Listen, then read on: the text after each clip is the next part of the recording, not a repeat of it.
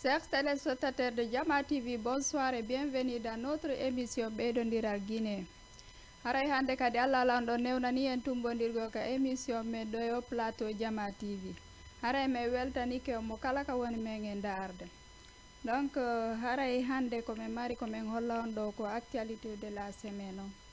Joni haray en attoray toɓɓere aranere nden e ɗon andi balɗe no feƴƴi ɗo ɗen haray télémaga côté culture on haray événement molanaɗo wonno ko waɗi côté Bruxelles ɗum ko ɓeynata comme PANAF. Donc on mouvement PANAF ɗon noon ko organisation culturelle et aux côtés de la musique. Donc haray ko wonɓe woni charge organisation mum on haray komo ɓeynata o monsieur Amadou Amlo Diallo e kanko e équipe makko on haray ko kamɓe kippuɗo fi on organisation ɗon haray noon e artiste ɓe Guinée ɓe bus wonno ko participe on organisation ɗon e au côté de Bruxelles. Haray min yaha min hollo yaw prestation de koɓe waɗi ton kon woɓɓe maɓɓe mum na artiste ɓen fof min yaltita min yaltina e seeɗaɓe mum yiyon e événement on no feƴƴiri no.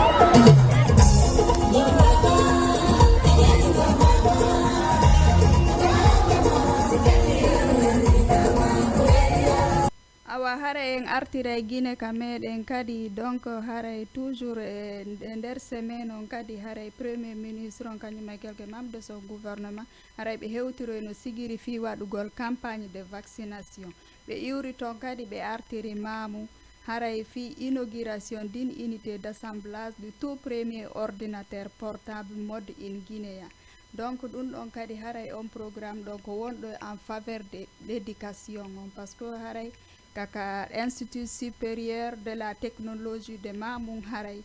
e ɗum ɗo woni on ordinateur ɗo woni ko moƴƴina. Donc Guinée ton kadi toujours actualité de la semaine on haray le ministre de la culture monsieur Moussa Moïse Silla kadi ɗon ɗon kadi ɓe hewtiroyno Kouroussa. Ɗum ɗon kadi haray ko manifestation de reconnaissance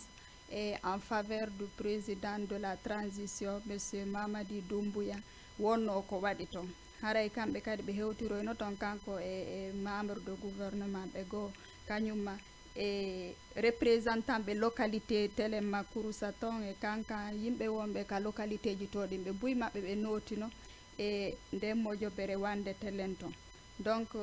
woodi piiji buy kadi ko ɓe yewti téléma e développement surtout localité on e golleji ko wona waɗede télen ton kon e ɓe waɗi remerciement kañumma kadi e fait président de la transition on haray piiji buy woodi ko inni kadi o waɗanay ɓe téléma fi améliorugol condition de vie maɓɓe on e piiji buy woodi ko yewta toon téléma ka côté éducation ka santé ka agriculture ka culture ɗum ɗon fof haray ɓe yewtuno ɗum. Donc haray en arta toujours kadi arden toujours kadi lagine haray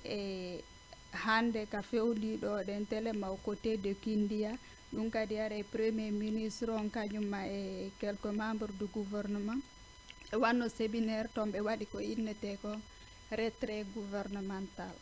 Donc ko on ɗum ɗon woni o retrait gouvernemental fayda ko hennugol haray wano ɗe balɗe ɗo on haray gouvernement on ala e gollude ala fonsodude ko normalement no duwa yarde no haray ko ɗum ɗon min marno ko min holla hande haray min weltanike mo kala ko woni men e darde leydi aduna o haray wassalam.